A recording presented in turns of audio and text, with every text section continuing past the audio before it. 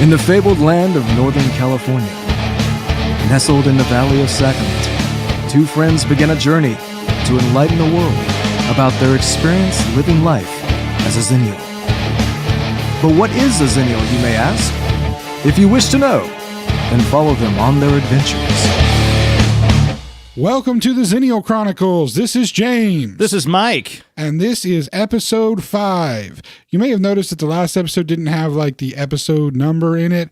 And that's because there was a little bit of tech work that was put into that episode as opposed to actual work, at least on my part. We can thank Mike for his amazing work getting that last episode together. There was some family issues on my side of things, and he had to take some previous recordings and put them together, and I think he did a fantastic job. Well, thank you, sir. Thank you. Hopefully everybody enjoyed it, man. I think they did. I've heard at least a few good comments back. I know the wife enjoyed it. Good. So that's important. Yeah. So today we are doing a special kind of episode. I was doing some thinking and I realized that there's about a third of the people that listen to this podcast that know me, and about a third that know Mike, and then another third that know the both of us. But I thought maybe... What about the other third that doesn't know either of us? Okay, there's maybe that's a lot of thirds, dude. There's only 3/3 in a whole. Oh. So maybe a quarter? Did I do that right? Anyway, there are some you're right that don't really know either of us, hopefully. Hopefully we have people that are listening that aren't friends and family already. But yeah, my thought was, let's get to know James and Mike a little better. How do you feel about that? I think that sounds okay. I think I'd be down with that. I hope everybody can, they'd enjoy hearing this. I think so. Get some personal information. Let's see what happens. Not too personal. We're not getting into anything, sadly, that would, well, not sadly for us, but sadly for anybody else, that would give away like security questions for websites or anything like that. But like your first car. Don't give it away, dude. But I think we can start with where we met. Yes, I think that's a good place to start. I was working as an assistant manager, I believe, at that point at Blockbuster Video in Yuba City. Yep. And then you started working there. Yeah, I started working there. I actually was working at the Rockland Blockbuster. And I think I was only there for like a month or two. It was like right at the end of summer. And then I moved up to Yuba City with a buddy of mine, and I started working at the Blockbuster up there. And then, of course, about 5-6 months after that, you ended up becoming mine and at the time, my fiance's roommate. Yes. Was it only 5 months? I thought it was longer than that. What, before you moved in with us? Yeah. I don't think it was that much longer, because I think it was sometime around... I did a lot of moving around at that point, and I kind of centered around my friend's parents' house. I would go there, I would move out, and I would come back, and I would move out, and I'd come back. But, for the most part, it was pretty much that. The one that was fairly close, actually, to the Blockbuster, right? Yep. An apartment close there. I remember at one point moving you either in or out of that place. I can't remember which one we were doing. And then I helped you move. I don't know if I helped you move either away from me or in with me, but we'll figure it out. I don't remember. I do remember that when we were only roommates for about, again, 5 or 6 months at best. Yeah, it was a short period of time. And then I got married and moved in with my wife to a house, and we didn't take Mike with us. That's completely understandable. Well, can we share the part of the reason why we didn't take Mike with us? Why it's not? I was a kid. I was still trying to figure my stuff out. Mike was still a young kid, and so it was rather amusing. Every day that was payday, he had direct deposit for his paycheck, and literally every day that was payday was paying off, I believe, overdraft or something in his bank account, because it would be the day after. I forgot about that. It would be the day after payday, and he would have literally $20 to his name because he had already spent all his stuff. I was terrible at that. The entire time he lived with us, he did not pay rent once, which really wasn't that big a deal, because the only reason we had him move in with us is so he could get to a 2-bedroom apartment instead of being in a 1-bedroom apartment. So it was a bigger apartment overall. And in fact, I don't think he even set up a bed the entire time that he was living with us. No, I think I slept on a mattress on the floor. Yeah, and it was a futon mattress. The futon was there, but the mattress was never on the futon. I don't even know if the futon got put together. I don't remember in that time frame. Yeah, but again, that was a weird time. And he was 18. Barely turned 19, so he was a young kid back then. He was still learning things. I think it was still trying to figure stuff out, man. Yeah, but that's how we met, and that's how we started becoming friends. And then we didn't talk for years, except for maybe occasionally online. We just went our own separate ways. Yeah. And then, 2006, 2007? I think around in there. Yeah, because I was in the band from 2005. No, December 2004 we got together. My old band Prilosis got together in 2000. I kind of tend to center my life around that because it was the largest period of time that I had where I sustained something for so long. And so a lot of things happened within that time. So I'm like, well, I was in this amount when this happened. So yeah, we were together for probably about 2 or 3 years. We started working on our debut album. I was living in an apartment with a girlfriend, and then we started getting together on the regular. Yeah. You know, you started coming to shows, and we got into regular contact and all that kind of stuff again. It's kind of like rekindled it after about a 5-6 year hiatus. And basically have been doing stuff almost nonstop since then. Pretty much, just hanging out, keeping in contact. Bugging the crap out of you. Yep. Getting your band logos tattooed on my body. Yep. Hey, we both did that, so. Yeah, but I mean, it makes sense for you to do it. It's a little weird for me to do it, but still I did it. It's okay. You still got the best band tattoo I've ever seen from any kind of band. The fingers or the leg? Oh, the fingers. The fingers are amazing. The fingers are cool. Yeah, we'll post Space pictures. for the wedding ring. That's great. Yeah, the wife said I couldn't use that finger because it was hers. But makes sense. Makes sense. But we'll post pictures for those who haven't seen my tattoos. It'll make sense to some. It won't make sense to others, but it's okay. I got an old picture. I think it was on MySpace way back in the day. I'll probably have to go find it. The one of your hands with the shot glasses, with the custom shot glasses we had made. Oh, really? I don't remember. Yeah, I've got this it picture. somewhere. Oh, dude, it's a great picture. I'll find it and we'll post it. We'll share it, man. Please do. It's one of my favorite pictures I've ever seen. Nice. You know, from band related stuff. So yeah. So getting back into this getting to know the Mike and James. Yeah. At this scenario. First of all, both of us are married. We are now. Not to each other. Oh. But we are both married. Mike, your wife is Tasha. Yep. Tasha. Sharp A. Tasha. Okay. Sharp A. Yeah. I'm sorry. Yep. I always don't say it with it, but believe me, it took me a while to learn it too. I will endeavor to do better. And how did you two meet? We actually met at the same Blockbuster that I worked with you at. Interesting. We were all coworkers together. Interesting. Mm-hmm. I can say I take a little bit of credit for making sure that she got a job there, so you're welcome. No, why, thank you, sir. Then that would have never happened if you hadn't done that, would it have? No, it would not have, and it was a long road to get there. So how long have you guys been married for? We've been married for 3.5 years. It's been that long? 3.5 years. We got married in June of 2015. I mean, I was there. I just don't remember it all that well. No, not because I was drunk, just because it was literally there was so much more going on at that wedding. Oh, I know. I've heard the stories. I just had to. You were not the drunk one. No, I had to drive up there and be there for like 3 hours and then hurry back home because of some drama that was happening at home. So I really didn't get much of an experience other than just kind of standing there for the wedding and then running away. Yeah, it's all good, man. You were one of the ones that was kind of keeping me together. Well, a lot of that stuff was going on. I'm glad I could Poor help what I Tash, could. she was dealing with a hell of a lot. That wedding, that was hilarious. A lot of my other friends were getting very drunk, day drunk. So we got married up at Lake Tahoe. Yes. Up in South Lake Tahoe. And a bunch of my friends that showed up, part of my wedding party, all went and day drank before the wedding ceremony. And the wedding ceremony was like late. It was like 8, 9 o'clock when it started to get real dark, and it was, mid-June, so midsummer.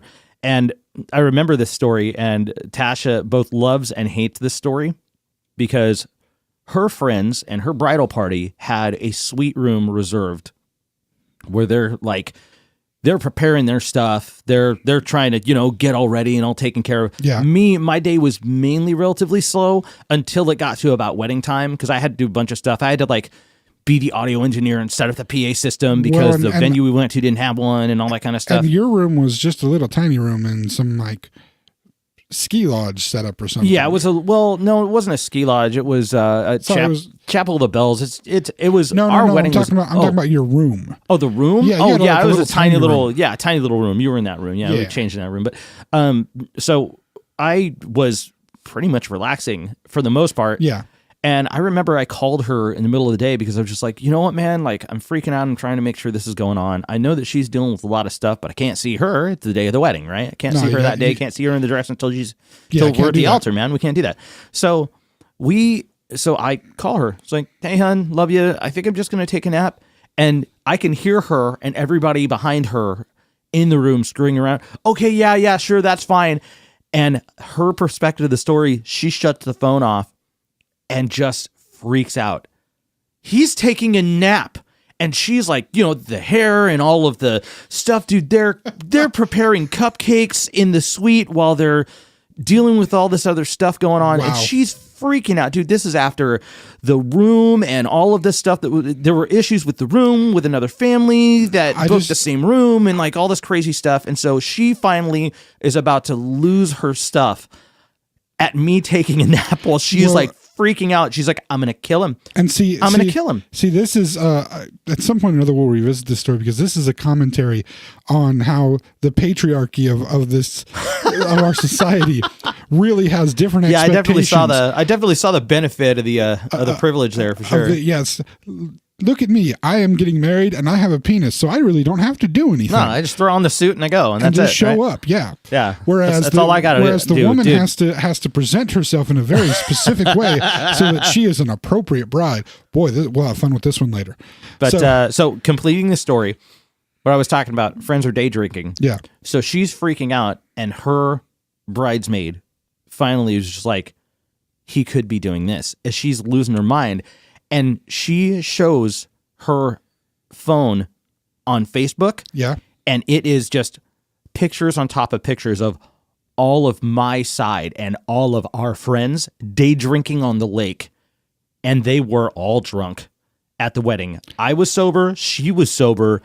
And aside from our parents, I think everybody was drunk. I can say two. Yes, your whole bridal party was smashed. Well, not the whole one. No, you weren't, and my best man wasn't. No, you had you had 4 people standing next to you, right? Yes. Okay, of the 4 people standing next to you, well, there was technically only one drunk one in the groomsmen. One drunk man in the groomsmen, possibly the person who officiated the wedding drunk. He definitely was drunk. But he had to write everything down. He wrote that down drunk on the lake. Okay, I'm going to say this, and first I want to preface it by saying I love you, sir, to the person I'm saying this about. I won't reveal his name, but I just want to say I love you, sir. I don't know if he listens or not, but I love you, sir. But when is he not drunk? Or at least then, when was he not drunk? Get this. Now that gentleman we're talking about, 2 years sober.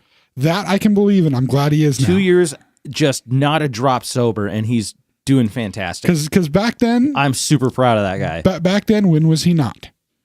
Oh yeah, that was just a regular thing. that was kind of his natural state back then. And again, I love you, sir. I love you very much. Yes. But no, I can say that myself, your best man, and our friend Scott were definitely not drunk at any point. No, you guys weren't. Like I had a solid crew behind me. She had a solid crew behind her too. Yeah. But yeah, it was really funny. Just the ceremony officiant's drunk. The groomsman that was drunk was top notch, my friend. Yeah, he was on point. Wow, he was good. And definitely in on case point. he happens to be listening, I'm not going to give any names here, but in case he happens to be listening, dude, like no need to apologize, no need to feel bad. I mean, that's what weddings are, right? That's what weddings are. That's what they can be. Yes. So yeah, yes. you do that and get all your friends together and get them smashed for the stories later. You know what I mean? That's it. Make the stories. Nothing to be ashamed of, bro. Nothing to be ashamed of. Although I can say I was married at a younger age than you. Yes. So for that reason and for various other reasons, alcohol actually was not involved in any way in my wedding. Although I can understand you, that. You were there, but I don't know how much of it you remember because you had sadly a really crappy job at my wedding. Oh yeah, I was. You had to tell me because I totally blocked that. I forgot it. Yeah, I was signing the guest book. I guess you were taking care of the guest book that people were signing. That's cool. It was kind of a consolation prize. Oh, that's fine. I was there. I was able to be at the wedding. You were at it. So I was happy to do it. That's a good thing. Yeah. So ain't no big. There's no job that's too small, my friend. I'm not throwing on the bottom. I'm not holding a piss bucket or anything like that. We're good. I can get you that job if you want it. No, I'd rather not. Thank you. I mean, I don't think you could afford me. Well, now hold on. You might get lucky and find yourself at Versailles and see that the king is an exact doppelganger of you, and then get to be the king. Of course, then the revolution will happen, and you'll be blamed for the revolution and be hung. But whatever. I don't know that history. Sorry, that's a little bit of a Mel Brooks film reference. Oh wow! History of the World Part 1. Oh yeah. Oh man, I got to see that again. It's good to be the king. Indeed. Wait, that fits for you. True. Anyway, so my turn. Yes. Revelations by James Sutherland. Something like that. My turn. Yes. Yes, your turn. So, my wife and I met, interestingly enough. Do you remember this story? We met at a band practice. I was in a band. You did tell me this. Yes, continue. Yes, I was in a band. The drummer for the band, good friend of mine, that was dating this woman who had moved in with her nephew and his wife, trying to help them work out their marriage. They were young, just 18 and been married. They were trying to help them. She was trying to help them work out their marriage. Well, it didn't work out. The nephew was kind of told to leave. And she, the aunt, ended up staying with the soon-to-be ex-wife. They were in the process of dissolving the marriage, getting divorced, whatnot. Well, my drummer was kind of dating this aunt. And he invited the aunt and the soon-to-be divorced young lady to come and watch us do our band practice. Yeah. Well, it turned out this soon-to-be divorced young lady was my wife, or at least my future wife. Right. And according to her, she was smitten the second that she saw me, which was a little bit strange for me, but whatever. I'm good with that. It's not really happened before in my life. And so I'd say we met on a Tuesday. We started dating on a Thursday. And she was moved in with me by the following Tuesday. And we really haven't been apart since. Wow. Yeah, we've been married now, doing the math, close to 18 years. Holy smokes, it's been that long. It has been that long, sir. Oh, man. That's crazy. That is that's nuts. That's crazy. But you know what? I can say there's few decisions in my life that I feel still to this day as secure in as that decision, getting married to her. Right on. It's been probably the greatest thing I did in my life, other than maybe having my kids. Well, congratulations on 18 years, sir. I kind of needed my kids I kind of needed her to have my kids. So since she's the one who popped them all out. That's true. I mean, it's necessary. Yeah. I mean, yeah. But, so next portion of, since I brought that up, next portion of this is, the other things that live in our household, other than just our significant others. Yes. Children, pets, because many people consider their pets kind of like their children. I don't have no kids, man. I have 0 children. Well, you're also only married for 3.5 years. Yeah, it's not long. But also, and that's not to say that there's pressure at any point to have kids. Oh, no, or there's any reason. And we don't feel that. And, we don't feel that kind of pressure anyway. That's good. Yeah, that's good. It is something I will just putting my father hat on for a moment here because I do have them. Yeah, this is your area of expertise, sir. But I will say this: it's good to be completely cognizant of the decision to have children. Don't just have them because society expects you to. Don't just, and this is not, I'm not speaking to you. I'm speaking to anybody listening to this. Totally. Just because it's thought that you're supposed to go get married and have kids doesn't mean that that's what you need to do. If you feel that you want to bring another life into this world and you feel that you want to be responsible for that other life for as long as you're alive, then by all means, go ahead and have kids. But if you don't necessarily want that responsibility, don't have them. It's okay. You can live a solid, productive, happy life, and you don't necessarily need kids to have that life. However, if you're one that likes having kids, that wants to have kids, they will help enrich your life. But since you don't have any kids, how about pets? You have some of those? I have all of the pets. All of the pets? All of the pets. Let me hear this, and this is amusing because he has a rundown here of the pets that he has. I kind of had to do this. This was one of the ones we had to cheat. I had to write this all down because we have a billion freaking pets. Okay, so obviously no kids. I have a bunch of pets. I've got 18 that I can count right now. Okay. That I can think of. I mean, we don't count fish necessarily. I agree. As a full amount of pets. Like it's per fish tank. We got 2 fish tanks. Both of them have 1 fish in them. So it's like a pet, sort of. I would call one fish tank super low maintenance pet. I'd call one fish tank a pet as opposed to unless you have like, fish. We got a beta and one. Yeah. And so they, especially with other betas, if we had more than one beta fish, beta fishes are known to be extremely territorial. Yeah. You put 2 betas of the same sex in one tank, they will kill each other. It's bad. Yeah, they're called fighting fish. Yes. Yeah. So anyways, that aside, here's my little breakdown here. So we have 4 dogs. 4 dogs. We have 3 pet rats. We have 4 snakes. We have 2 what are called crested geckos. We have 1 leopard gecko.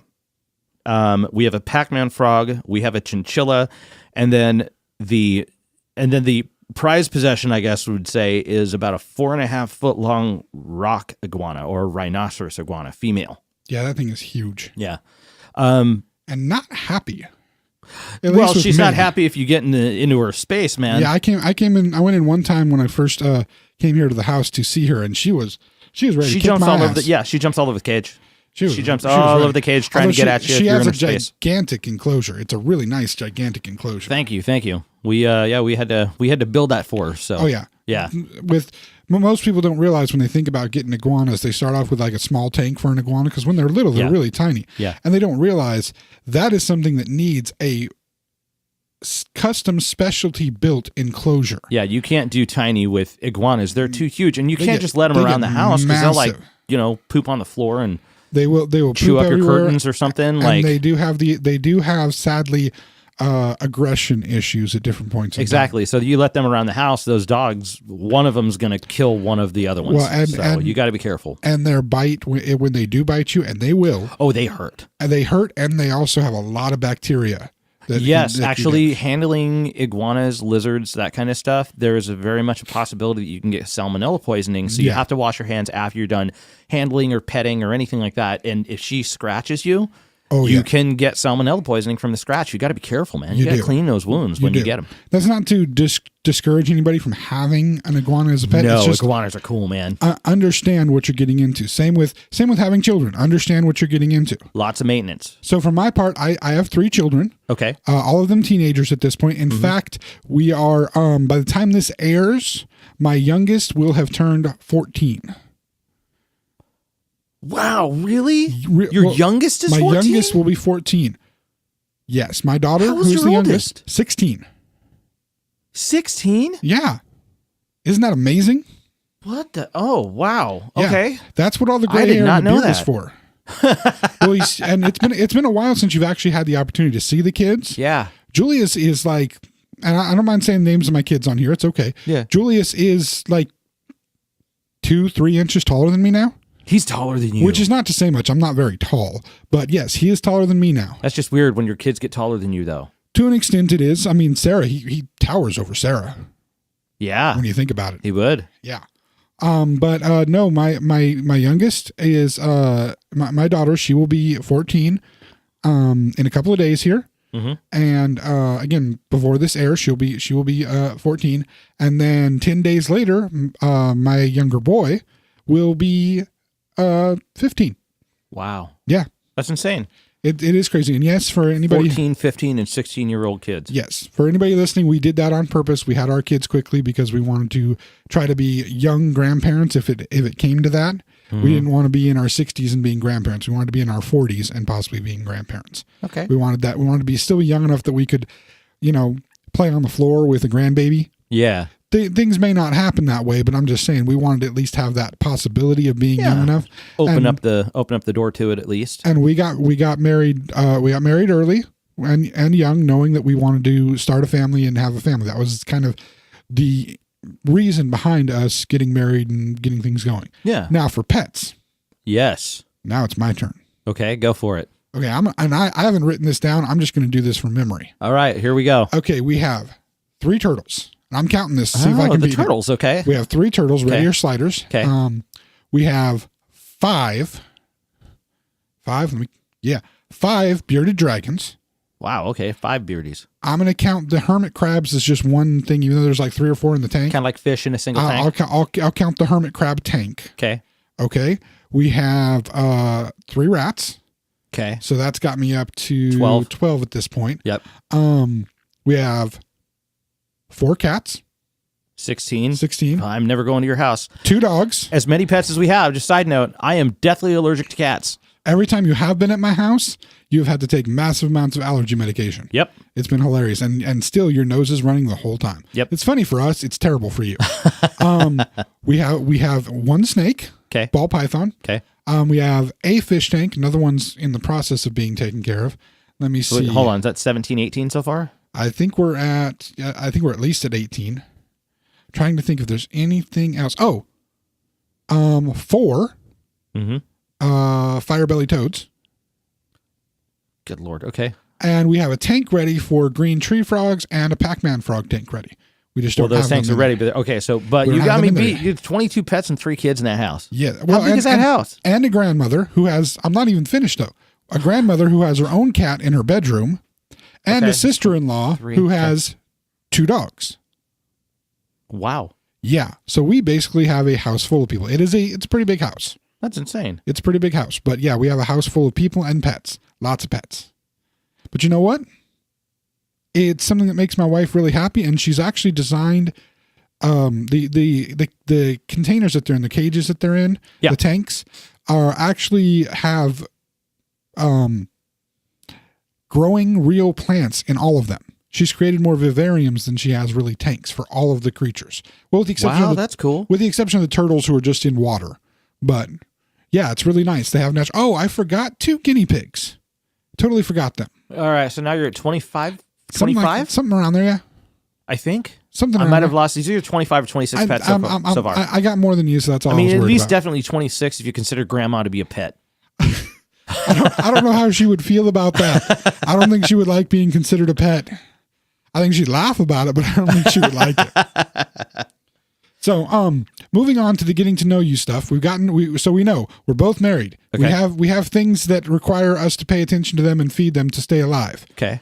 But more questions about us personally. Okay. For instance, I want to know. I've never asked you this, and I've never found this out about you. Okay. What did you want to be when you were growing up? Like when you were a kid, what did you want to grow up to be? I was always into, one of the things I was always into is kind of how things worked in general, but I was also into media as well. Just like mainly I was into cartoons and Okay. animation, obviously. So you wanted to make cartoons? Yes, I wanted to make them. I wanted to get into Oh, that's animation. neat. Yep. I wanted to get into animation, into voice acting, learning how production worked. That was something that I was into as a kid. Wow. Like I had favorite cartoons and stuff like any kid had, but I was just like, my favorite episodes of a cartoon a lot of the time are the debut episodes because the most work is done before it's sent out off to, budget studios and stuff, Okay, that makes sense. which makes sense. Like the first, again, TMNT fan, everybody knows about that. The first season of TMNT was the best animated version. And when they were working on the later seasons, like I think it's like season 5 or 6, when they started outsourcing, it just looked super goofy. I don't even consider those canonical. They suck. Okay, But so yeah, if when you they notice the outsource, it looks first bad. season, it's like a 3 or a 6 episode season or something like that. I can't Okay. remember how many. Those episodes, the first 3 episodes specifically, are the best animated versions of that series. And I think they're the kind of like it's what you need to compare to when you're comparing any of the other series and Okay, seasons. that makes sense. Now That that's makes just sense. for syndicated series, but dude, I was huge into Disney animation. Yeah. I had a book back in the day about just the Disney, the history of Walt Disney and how he worked and what he did Nice. with the first animated film that he did with Mickey Mouse, and it was called Plain Crazy. Okay. It was not Steamboat Willie like a lot of Really? people thought it was. Yes. Because I was thinking Steamboat Willie. No, it was not. It was Plain Crazy. And as a matter of fact, it was a silent animation. And Okay. if I remember correctly, it was in this book. It's been years since I've read it, so I don't even still have it. I want to see if I can find it somewhere in like an old library Okay. or like a Goodwill or something. But one of the most fascinating parts of that was when he first did Plain Crazy, he didn't have an opportunity to put a sound reel on the film. Yeah. At the time. It was black and white. And so when he first did it, he actually had a live band play to the animation Nice, okay. in time. So the sliding of things and the percussive sounds. Not even just playing a musical score, Not but just actually a musical doing, I'm talking about, the cartoony stuff that happens in the episode Nice. is accompanied by a pre-scored live orchestra. Well, that's amazing. And Okay. it was like the first major combination of sound and color that was done that wasn't just general background music and then, silent film style where you just have music in the back, Yeah. and then no sound effects or anything like that. This is giving all the sound effects as part of the orchestral stuff. Steamboat Willie was the first one that had, I think it was the first one that had dialogue. I don't know about that dialogue. I know it had music. It may have, I don't remember. There was definitely whistling. Yeah, that there was in whistling. it. I mean, that's part of it, right? But Yeah. it is one of the first major Yeah. animations to feature a combination of both music and animation in one setup that was specifically tied to what was happening on screen. That is interesting, man. Yeah, I was huge into that. The production of this book went up through the production, I think, of Beauty and the Beast, to let you know how old this book was. Okay. But So I think mid-90s, Aladdin was first, and then Beauty and the Beast, or it was the other way around. I can't remember right now, but I know it went up to the production of Beauty and the Beast at that time. So it was and- mid-90s. Yeah, it was mid-90s. So they're talking about the combination of CGI that they used with hand-drawn animation and all this kind of stuff. Specifically with you said Beauty and the Beast, right? Yeah. Specifically the ballroom scene in Beauty and the Beast. Yes, has a that was one of the that. that's one of the first And ones. then But there's actually a lot of panning shots that are done in the town scene at the beginning and all that. There's a lot of that stuff. I think they used the multiplane for the opening scene with the castle reveal, but I believe so. see, I believe they may have. I know a little bit. I know a little bit. Okay, But I was big into animation as a kid, and I wanted to know how all this stuff was done. What goes into voice acting? I got huge into. That's why I was huge into The Simpsons. Actually, I loved the fact that there was just this barrage of characters, and they were voiced by like 7 people. Okay, so not nuts. so it wasn't just the animation, but as you mentioned earlier, and Yeah. you're now alluding more to the voice acting portion of it was It's all of it. interesting to you. All of that was huge. I was big into. If anybody wanted to know why I was into those cartoons, it was. Even as a kid, I was like, I cannot believe Mel Blanc was the voice of umpteen characters. Dan Castellaneta, that kind of Azaria. stuff. Hank Azaria, another one. Like, there's so many people that did so much with so little. Okay, that's And fantastic. I was just fascinated by all of it. So I really wanted to get into animation. I had no idea you had this love for it like that. Okay, we're going to take a break right now. Oh, when okay. When we come back, We will gonna, continue from here. Well, we're going to talk about. Here's what I want you to think about over the break. Okay. We're going to talk about how that changed from you being a kid into you being a teenager. What changed in your Cool. things that you wanted to be. All right. I like We'll it. be back in a few. Hey friends, this is Mike from the Xennial Chronicles reminding you to subscribe to our YouTube channel. You can also follow us on Twitter and Facebook at Xenchron, spelled Xenchron, to keep up to date on all things TXC. And please check out our official website, thexennialchronicles.com, or if that's too much to type, Xenchron.com. Thanks again for listening, and now, back to the show. All right, and we are back. Yes. We are now going to talk about. Now, when Mike was a kid, he just talked about wanting to be involved in animation. Yeah, very much so. I was into media and animation, cartoons, how are they made, like that kind of stuff. And even the voice acting involved. So, Yep. How did this change when you became a teen? I don't know. I had a bit of a shift. I discovered music mainly. As a kid, I was into some music, but not really into rock music. But I started getting into rock music when a friend of mine, for my birthday, I think it was my 12th or 13th birthday, bought me a couple of cassettes, of cassette tapes. What were they? They were remember? Core and Purple from Stone Temple Pilots. Okay, those are two good ones. Good albums, Yes, right? very good I albums. played the living hell out of those tapes. That And explains a aside few from things. like general like pop music and stuff, those 2 albums were like the first 2 full-length albums I owned as a gift, I guess, I owned, period. Like they were the Okay. first 2 albums I remember owning. There was other stuff I grew up listening to as a kid, but Yeah. it wasn't influential in my interest in music. And then from there, I moved back. My dad was a touring, constant performing country musician. Okay. And quick history on me as far as I'm concerned. I will flip between 2 separate sets of parents. I have my parents split up before I was born, married to 2 other people. I have my mother and stepfather, and I have my father and my stepmother. So when I reference my dad, there may be one of 2 people I'm referencing. I consider both sets of parents as complete equals in my upbringing. So I just say one or the other. One set of family were musicians. My dad was a guitar player. My stepmom was the singer of the same country group with her brothers in that group. Okay. Okay. The other set of family, My stepdad was into construction. He's very big on the DIY kind of thing. It's kind of where I get a little bit of influence in that, but I just kind of mix it up with like electronics and stuff, and I'll do that. And my mom, for the most part, was a stay-at-home mom, but she did also work during the day and do a lot of stuff now. So so both of my parents are very, very equal in my upbringing. Just a quick history before I move forward. That's actually an interesting thing to bring up. Is I didn't even think about when we were doing this to bring up childhood family dynamics. Yeah, that would be. We might do another episode on that. I think that would be really cool. We might, especially considering my family dynamic was a lot different. I lived in regular nuclear family household. Regular is not the right word, but nuclear family household. Yeah, I guess I had my father and my mother living in the same household until my mother passed away.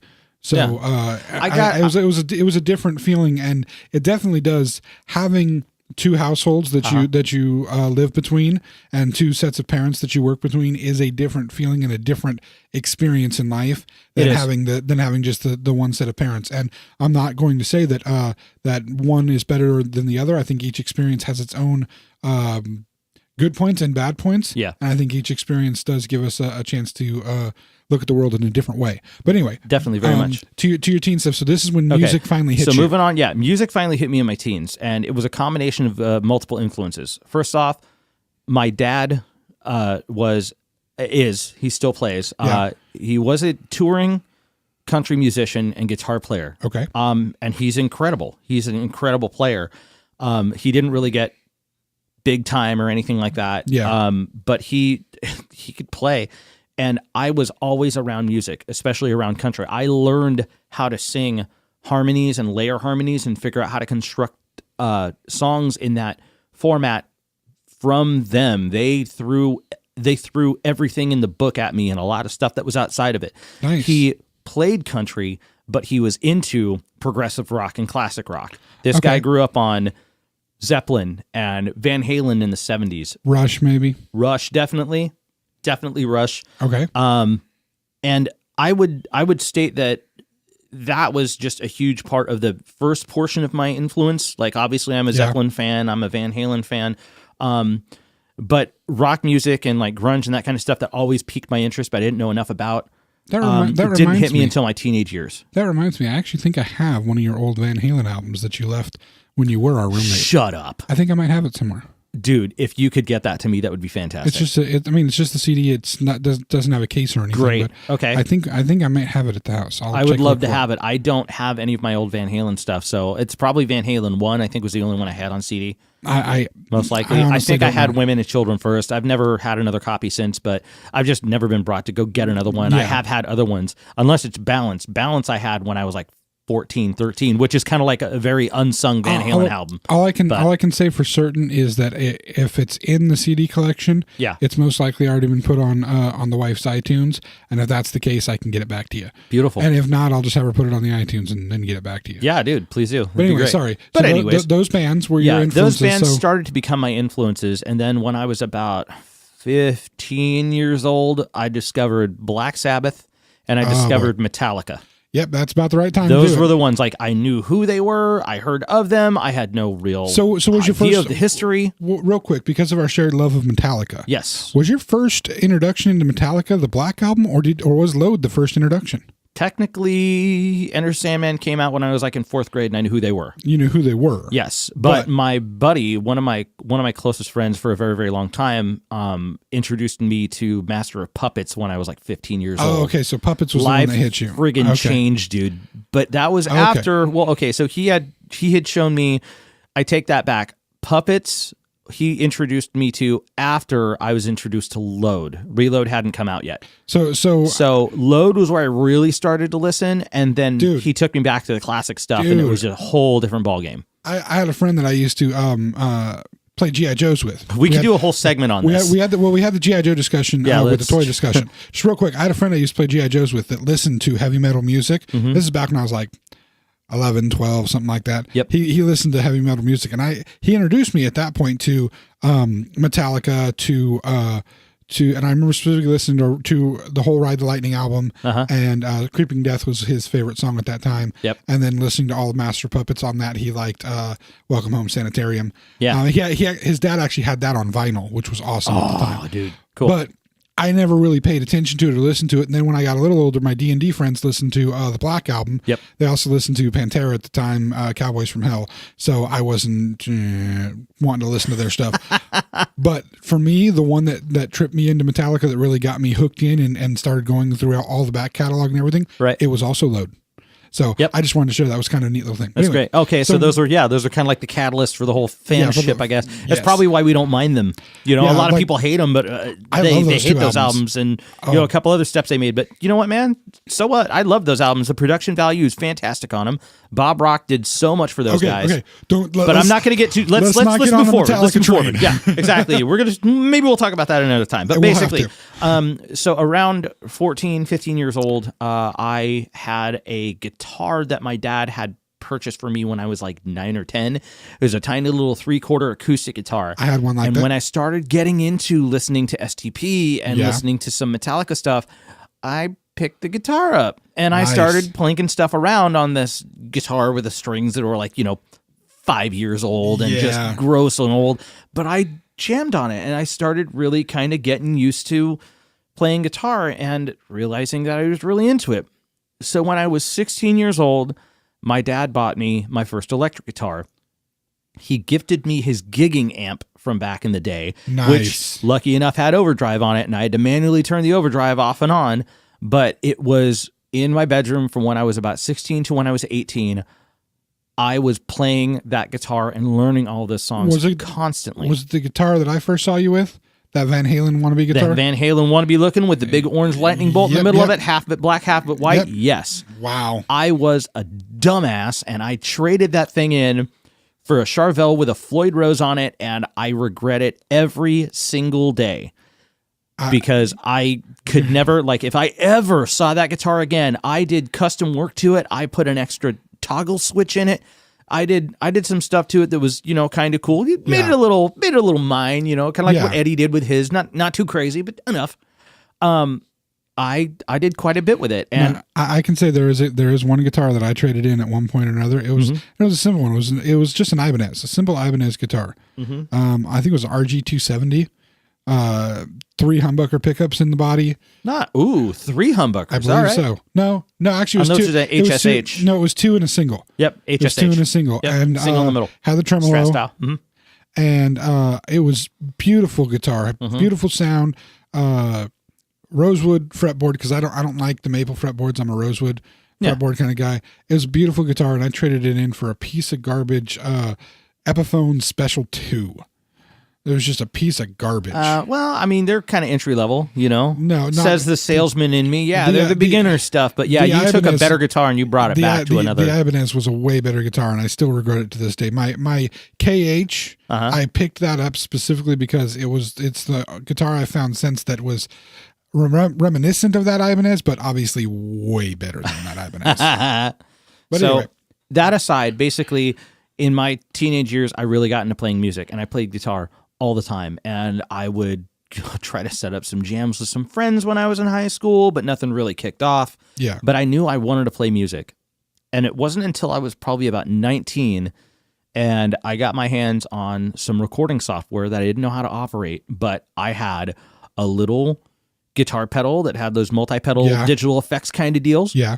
And I had a cable that could hook up to my computer, and I taught myself how to record stuff from old demos using the little drum machine thing inside of the digital pedal. Yeah, how fortuitous. And that's what it was. I found out that I really liked to do all of this stuff, and it was way more fascinating than anything else that I had gotten. And I got bit by the bug then, and I taught myself how to record my own demos. And we're getting into adulthood here. I'm like 19, 20, 21. And I taught myself how to record my own music. I taught myself how to sample drums and chop them and put them into place on a grid and do all that kind of stuff with software. And I know I'm getting into the techie thing, but then let me bring you back to point. Yeah. So this kind of moves on into adulthood. Basically, what you're saying is that what was inspired with your teens is and moved into your adulthood. What do you do now, for instance? Right now, I am a recording engineer. That's what I do. I got bit. And so this really stuck into you as what to do. It was something that I loved to do. That's fantastic. And yes, for anybody who doesn't know, because of the fact that Mike is the recording engineer, he is the one who does all the editing on our podcast. He is the one who makes sure that it is appropriate length, sounds good, takes out all the crappy things that we, sounds that we make, or the ums and the uhs, and don't take out those ums and uhs because I did those ones on purpose, sir. To illustrate. Okay, yeah. Well, believe me, I don't get all of them, man. It's about flow. It's about making sure that it sounds decent. Yeah. There's a mild amount of editing. Not a lot of that I do, if I do any. But if you think, I just didn't want to sound like a dumbass in front of a microphone. If you think we sound good, not necessarily that we have a good rapport with each other, but if you think it sounds good, Mike is the guy to give the credit for that, because he makes sure that we do. That's what he does with this stuff. So that's neat to me, that the stuff that you wanted to do in your teen years ended up leading into your adulthood. Yeah, that's amazing. I was self-taught for 10, 12 years before I actually went to school for it, and then learned how to do it from there. That's amazing. Yeah. So now are we on to me? On to you, James. All right. What did you do? What were you into as a teenager and as a kid? Well, as a kid, start with a kid. Start with a kid. Yeah, you didn't even do that. This one's gonna surprise you, I think. Okay. And only a few people it won't surprise, because this is not something I overly talk about. Okay. As a kid, I had one dream. I wanted to be, and this isn't a joking thing. This isn't just something that a kid says. Okay. I actually wanted to be an astronaut. Oh, no really? joke. I wanted to be on the space shuttle. Right. I wanted to fly the space shuttle. Cool. I even did the research to know that I wanted to get a degree in engineering, most likely. Okay. Because that's one of the easier ways to get a part of the shuttle program. Astrophysics really doesn't help you. Engineering is really the key. Mm-hmm. I wanted to enlist in the Air Force, because if you are going to try to get on the shuttle, you need to have so many hours of flight, so many hours of flight testing. Air Force is about the best way to go. You're really not going to get it as a naval aviator. You need to be in the Air Force to get the chance to fly the shuttle. There's a lot that you have to do before that. You have to have your master's degree at the very minimum in an engineering thing. Yep. Do all of the Air Force stuff. That was kind of my dream and goal. My mother would buy me all kinds of books about the space shuttle. There was a time where I could have told you the measurement of the shuttle itself, the size of the tanks for the fuel, what type of fuel, how much fuel was in each one of them, all the stages of the launch. The fact that you probably didn't know, they actually have an emergency escape protocol for the space shuttle. Well, that would make sense. Not really. They didn't have it. Actually, the Challenger explosion, I don't know how well you remember that, because you would have been really young for that. I don't. I mean, I know it happened. It. It was a huge part of history at the time that it happened. Especially because there was a teacher on board, and it was a big thing. They were broadcasting it at schools because a teacher was on board. Yeah. And when it went boom, it was a big deal. Yeah. But here's the thing that most people don't know about it. The flight crew was, I wouldn't say still alive, but there was recorded information of the flight crew for about 10 minutes after the explosion as it fell down to Earth, as what was left fell down to Earth. And there were some members that might have still been alive after the explosion happened. Oh my goodness! Now, after the Challenger explosion, they put different protocols into the way that they could handle such things. Still didn't always work, because there was that other shuttle that went in reentry. Yeah, that there was really nothing they could have done. But if there was a problem in space, they actually had an escape set up where there were these little balls that the astronauts could climb into. They're like escape pods. A life support escape ball, but they were made of cloth. They weren't actually made of anything hard or anything, because they nowhere to store something that was a hard form, and you'd pressurize the inside of them if they needed to get out. Whoa. And there was a certain amount of hours they could exist in those things if it was necessary. Right. But I had books and books and books on the space shuttle. I went to, at the time I lived down in the Bay Area. So Lawrence Livermore Labs. Yeah. I had gotten to go on a few school field trips there, and outside of it, they had like a mock-up of half the space shuttle. Right. And I couldn't be kept off that thing. I wanted to be involved with it so much. That's crazy. And interestingly enough, I'm only 5'6", right, which is perfect for a pilot, because the movie Top Gun, which is probably one of the most famous pilot, military pilot movies of all time. Yeah. The only actor in that movie that could have been an F-14 pilot is Tom Cruise. Tom Cruise, because he's like 5'6", 5'7". He's about the same height as me. Yeah. Nobody else in that movie could have been an F-14 pilot. Wow. They couldn't have even been a Rio, the backseat of a F-14. Yeah. Because they are all too tall. You actually have to be you have to be short. It's one of those times when actually being short is helpful to be a pilot because the cockpit clearance is not that high. Well, my height would have worked out for me. I probably wouldn't be this weight if I had been in the Air Force because I'd been running all the time. Right. But I found out at about the age of 7 or 8 that I have a major problem that would prevent me from ever being an astronaut. What's that? I get motion sick bad. Like I can't, I have trouble being on roller coasters. I have trouble riding in the backseat of cars. I get motion sick so bad. So is that when you were just like, okay. When I went on my first roller coaster and realized that I couldn't stand being on the roller coaster, I was screaming to get off the thing. Oh, damn, dude. Because I can't, That's mortifying. I couldn't deal. Yeah. At 8 years old, it was at 8 years old with like 4 and 5 year olds on the roller coaster and they had no problem with it. And I was screaming to get off of it. Yeah, it was pretty mortifying, but I didn't want to throw up everywhere. And so realizing that and then realizing that I do have a mild case of claustrophobia, not a heavy one, but a mild one, that I really don't think it would have been a good idea for me to go through all the G-forces that probably would have made me puke and then be up in a metal can in a vacuum. Probably not a good place to have somebody like that. Damn. So dude, I had to kind of. What's funny though is that like 8 years old, I could reevaluate and say, okay, astronaut is not something that I could do. Okay. And then, interestingly, the idea hit me earlier than you would have expected. The idea hit me that there's a job where you could be an astronaut. There's a job where you could be a soldier. There's a job where you could be a musician. I think I see where you're going. There's a job where you could be tons of things. And what's that job? Actor. Yeah. Yeah. I thought that's really cool because I could pretend to be all these things and look like all these things, but I really don't have to be. Well, that kind of disappeared and I just went along doing kid stuff. I didn't think more about it again. Till I got into high school and a teacher in a class that I figured I was just going to sit in the back and not do anything forced me to do something. It was a drama class and suddenly I found myself acting. And that thing that I thought of as a kid, hey, as an actor, you can be all these wonderful things. It came back and I said, hey, I might like this job. That's cool. So as a teen, that's what my goal was to go and be an actor somehow, specifically film. But, eventually get into that because that's where you get to be all those different things. On stage, you have some limitations. But in film, you get to actually sit in a mock-up of a cockpit of something and pretend like you're pushing buttons and doing all these things. Yeah. I thought, this is great. This gives me the opportunity to be all those things I wanted to be, even just for a slice of a moment. Yeah. And I can keep the memory in my head. And I pursued that. And then I decided to go the different direction in life by meeting my wife. It was a very interesting family, shift. Man. A very interesting shift. I realized that if I pursued all those other things, I couldn't have been a proper family guy. Wow. And so now as I would like to think a fully formed and functioning adult, for the most part, I am in a play again. For those who know, I am in a play again. I will be it will be opening on the 29th of March here. But where's it at? This is time for a plug, man. Where's it at? Well, yeah, it's a good time for that. The play will be at the Acting Company in Yuba City, California. Okay. March 29th is the opening night. I think the shows start at 7:30. It's either 7:30 or 8 o'clock. But cool. I know if you go to the Acting Company's website, they will have information on seeing it. And it's the Merry Wives of Windsor Shakespearean play. Nice. I seem to do a lot of Shakespeare. What's that website called? It's the Acting Company. Just look up just the Acting Company in Yuba City.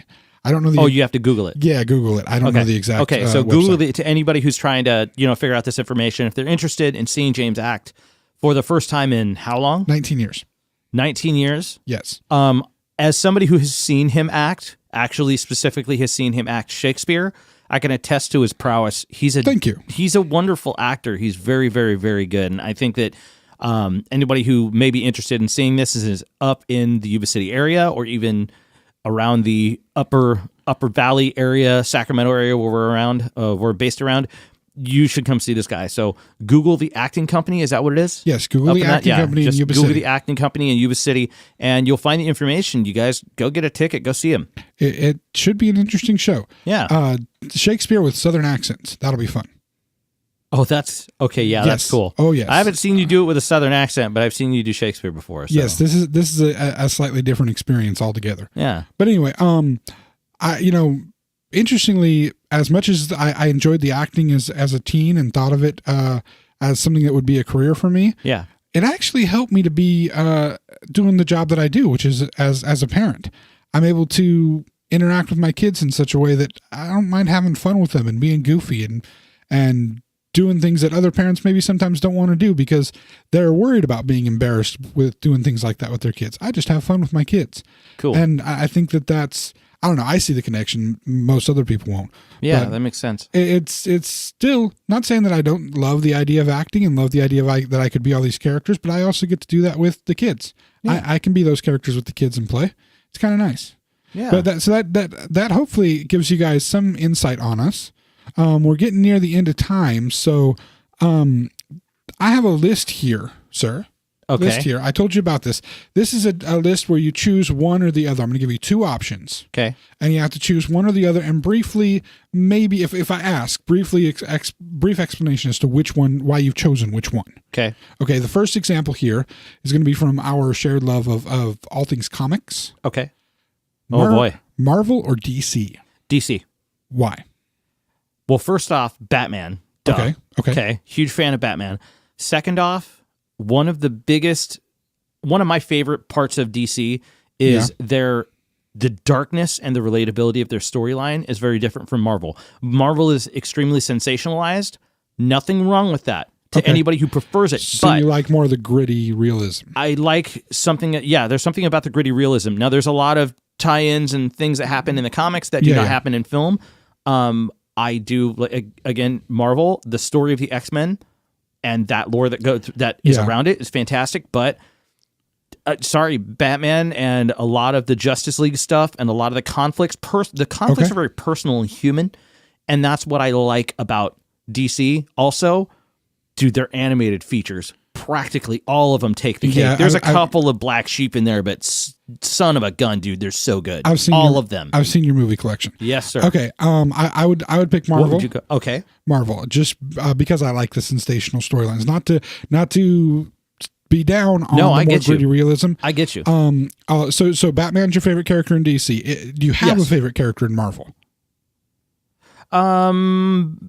I would probably say it'd be Wolverine over any of this. I know it's kind of like a cliche kind of a thing to say, but it's personally, I just like him. He's Clint Eastwood with a set of claws in his hands. I understand that. You know what I mean? Like, he's awesome. I would say even though Marvel is my choice, DC, I agree with you. Batman is the guy, always has been, and my Marvel character is and has always been Spider-Man. Before the movies, before anything else, I've always loved Spider-Man. That's a good choice. But he's got the human conflict. Yes, he that does. most characters don't have. Does. And I've always liked him. Okay, next one. We won't do an explanation on this because we can do a whole podcast on the explanation on this. We might have to just make one. We will definitely do one. We've talked about one of these in a previous recording, but we'll definitely do a full-on podcast on just this. Okay. So both of us, I just want the response. Okay. Star Wars or Star Trek? Star Trek. And for me, Star Wars, always. Oh, man, we're going to have to do something on that. Okay. This is going to be good when we do. This is interesting because I think on most of these, we actually have separate opinions, which is fun. We do. Okay, next one. Okay. This is like one of the ultimate questions. Mm-hmm. Pepsi or Coke? Coke. For me, it's Pepsi. Isn't that interesting? Yeah. I mean, I know the answer. Sweet, you won't get in the way of my drinks. I know the answer. Well, I'll drink both because I'm fat and I like soda. But if I have to choose between the two, if I have both sitting in front of me, I will grab the Pepsi. Actually, interestingly enough, the only time I won't grab the Pepsi is if I'm doing a mixed drink with alcohol. Pepsi does not taste as good with the alcohol as what Coke does. Something about the flavor difference, it doesn't taste the same as Coke does. If you make a mixed drink with Pepsi, throw vodka in it. I don't like vodka. Okay, so yeah, I'm not like huge amount on vodka specifically, but if I want to have a mixed drink with vodka, yeah, Pepsi tastes better than Coke. Okay, because to me, like if I'm doing a Crown and Coke, or if I'm doing that's Coke all day long. A Crown and Coke, or a Crown and Coke, because that's about the only thing I mix with Coke. Yeah. Then it's Coke, not Pepsi. Yep. Drink the Pepsi by itself. Okay, next one. You mentioned this one earlier, but it was already on my list. Yes. Dogs or cats? Dogs, bro. I'm allergic as hell to cats. Yeah. Exactly.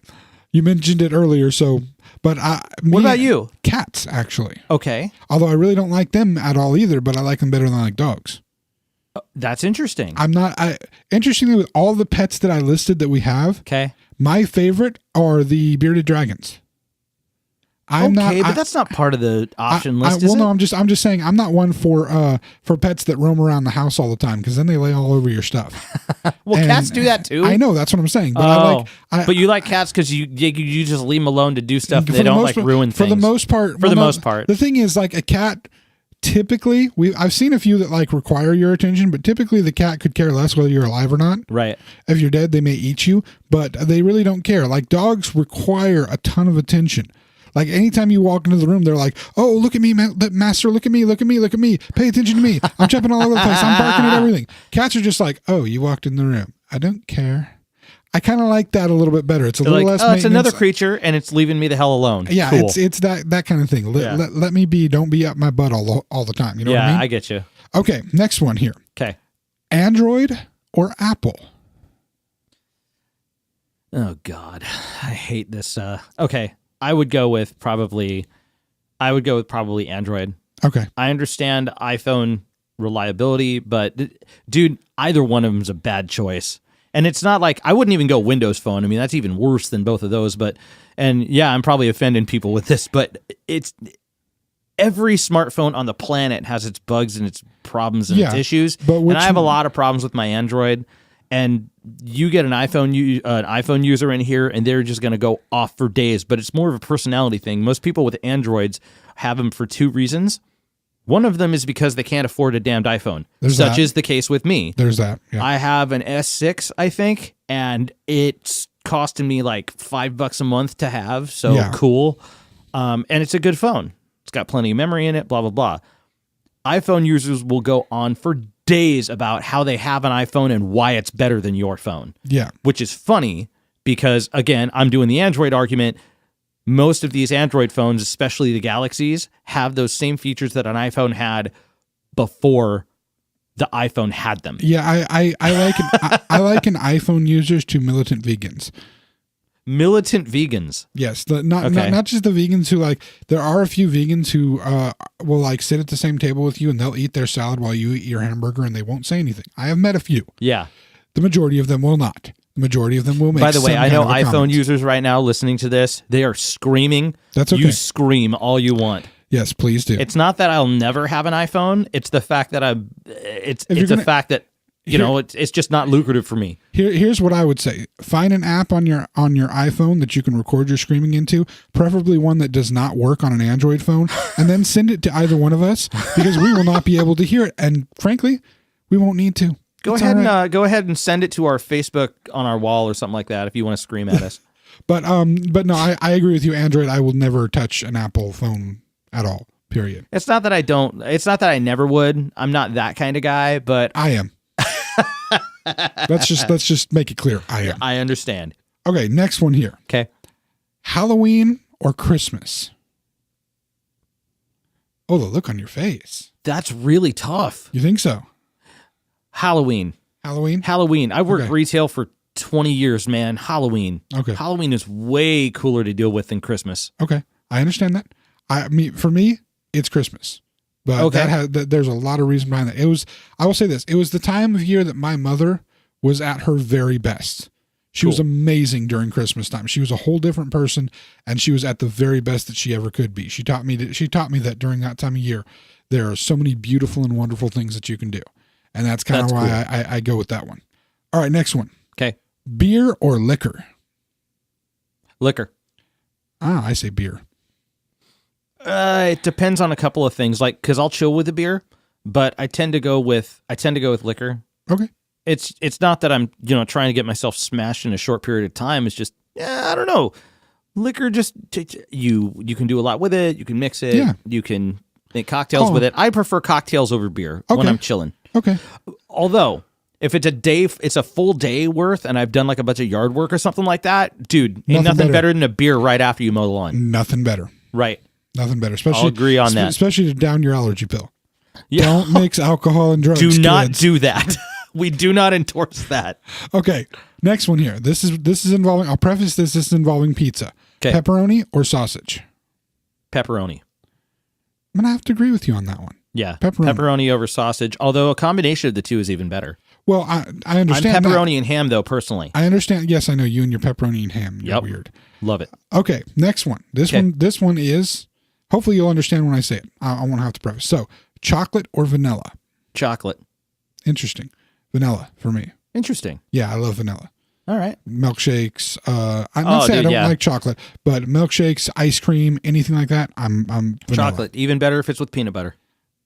I can see that. Yes, I remember. We have to have the candy discussion. Yep. Oh, we shall. We shall at some point. Okay, next one here. Okay. Following along with the chocolate or vanilla, regular cone or sugar cone? Sugar cone, bro. Really? Yeah. That's actually not surprising. I think that's cup, actually. I kind of like sugar cup. The cup, like chocolate the waffle dipped bowl? Sugar cup waffle bowl. Okay. That's the real getting deeper into it. That wasn't one of the choices, but that follows with the sugar cone. I set this up because to me sugar cone seems obvious, but I've actually met people who want the regular cone as opposed to the sugar cone. I don't understand that. It's lighter. It's like a lighter weight. It's like something you can chew on without, because you just had ice cream, so maybe you feel guilty having a waffle cone. Then you shouldn't have ice cream. And you should stop breathing. Sorry, that's a little far. I'm sorry. When it comes Bring to it to the nuclear level, will you? I did. Sorry. went a little far on that one. Okay, next item here. Staying with kind of desserts. And we only have two left here. Cakes or pies? Wow, your eyes got big. Yeah, I just... That was just like, you're making me choose between those two? Between cake and pie? I would go with cake. I would do cake over pie. Okay, what's your favorite cake? This is a follow-up for that. Technically cheesecake, which is kind of a pie. No, cheesecake is a pie. It is a custard pie, so it does not count as a cake. But it's called cheesecake, right? It may be, but it is a custard pie, so it is not a cake. Okay, so if I'm going with a real cake... Yes, sir. Regular cake. Yes, sir. Red velvet. Red velvet? Yeah. I would go red velvet. I'm torn between red velvet specifically and then like standard chocolate cake. Well, chocolate cake with cream cheese frosting is my favorite. You know that red velvet is basically red velvet. You know that red velvet is basically chocolate cake with crushed up insects to make the red color. Crushed up insects. Yes, they use a certain kind of insect to make that to get the red dye that goes into red food dye in general. Yeah, it's specific red food dye. You're all right with that. Awesome. So red velvet or chocolate with cream cheese. Red velvet is more appropriate with the cream cheese, which is basically just a chocolate cake dyed red. So awesome. Okay. Chocolate is one of your things. We're learning this. Yes. I would say pies. Okay. Pies are my thing. And specifically, there is a apple cream pie that my wife has a recipe for that she makes at least yearly. I try to get her to do it at least yearly. And the way she makes it, the apples are such that they're not crunchy when they're done. They're like a silky consistency. So there's no like crunch of apples as you're eating the pieces. It is amazing. And I'm big on consistency in foods. Everything, things not having different consistencies in them in one bite of food. Yeah, totally. And this pie is beautiful. I could eat the whole damn thing. Nice. Pies are my thing. Okay, the final one. Oh, final one. Final one. Is this a big one? No, but it's along the same lines. Okay. As the last couple. Cupcakes or cookies? Cupcakes. Cupcakes. Not that I don't dig cookies. Huge fan of like white chocolate macadamia nut cookies. Okay. Or snickerdoodles. Snickerdoodles. Are fantastic. Okay, I have a problem with I would take snickerdoodles. cupcakes over cookies because cupcakes are tiny cakes. And I already like cakes over pies. Like cakes? Good. I would pick cookies. Okay. Now, snickerdoodles, you mentioned those. I have a problem with snickerdoodles. What's your problem with snickerdoodles? To me, they're one of the cookies that are the hardest to get exactly right. Yes. They are my favorite cookie by far. But finding a place that actually gets them right, where they don't have a nasty aftertaste to them, is really, really difficult. Dude. Because they're just, what? You have a place. I have a family. Well, I have a family recipe of snickerdoodles. Oh, you do? Yeah. Now, see, now I'm intrigued. Yeah, homemade snickerdoodles are like, my mom, my aunt, my grandmother, my mom's side of the family is German. So what the hell? Where's my cookies, bro? I need me some cookies, dude. Tell you what. I'll tell you what. You're gonna get you some bomb snickerdoodles. We'll get some snickerdoodles. I'll trade you some peanut butter cookies. Dude, yeah. Peanut butter. How about peanut butter and toffee cookies? Deal?